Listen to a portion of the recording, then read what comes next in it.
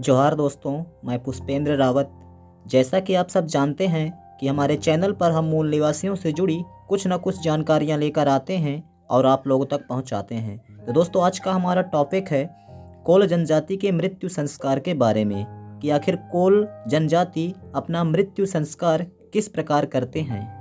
कोल आदिवासी समुदाय में जब किसी व्यक्ति की मृत्यु होती है तो आमतौर पर उनमें मृतक के शव को दफनाने की प्रथा है।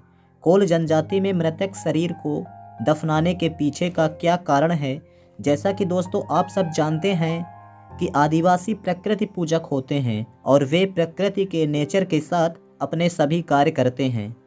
दुनिया के सभी आदिवासी पहले मृतक के शव को दफन ही करते थे, जलाते नहीं थे। बाद में धर्म परिवर्तन करने के साथ साथ उनके संस्कारों में भी परिवर्तन होते गए और अन्य धर्मों के रीति रिवाजों को अपनाते गए और मृत्यु संस्कार में मृतक के शव को जलाने लगे। लेकिन आदिवासियों में यह सिस्टम नहीं है। हमारे पूर्वजों ने प्रकृति से बहुत कुछ सीखा, जाना और ज्ञान अर्जित किया। उन्होंने आम के बीज को मिट्टी में पड़ा देखा, उसमें उसके ऊपर मिट्टी पड़ी, समय के साथ उसमें पानी पड़ा, फिर वह अंकुरित हुआ।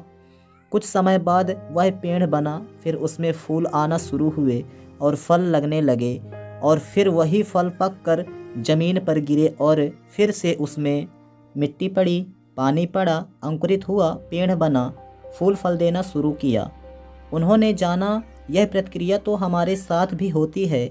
इस प्रक्रिया को उन्होंने अपने जीवन के साथ जोड़ लिया।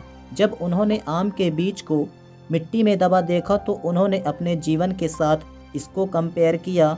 उन्होंने यह समझा कि माँ की कोख में बच्चा पनप रहा है, यानी कि नई पीढ़ी शुरू हुई और यह पीढ़ी दर पीढ़ी चलती रही। आम के बीज को मिट्टी में डाल दें तो वह अंकुरित हो जाएगा और यदि उसी आम के बीज को आग में डाल देंगे तो जलकर राख हो जाएगा, उसका पूरा अस्तित्व समाप्त हो जाएगा। ये सब देखने और समझने के बाद हमारे पूर्वजों ने अपने मृतक व्यक्ति के शरीर को मिट्टी में ही विलीन करने लगे, यानी कि मिट्टी में दफन करने लगे।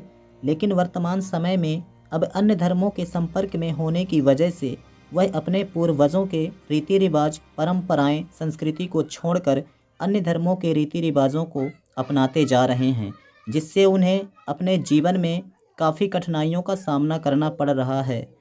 तो अब आप सबको डिसाइड करना है कि आप अपने पूर्वजों के रीति रिवाज, परंपराएं, आदिवासी संस्कृति को अपनाना चाहिए या अन्य किसी धर्मों के रीति रिवाजों को अपनाना चाहिए।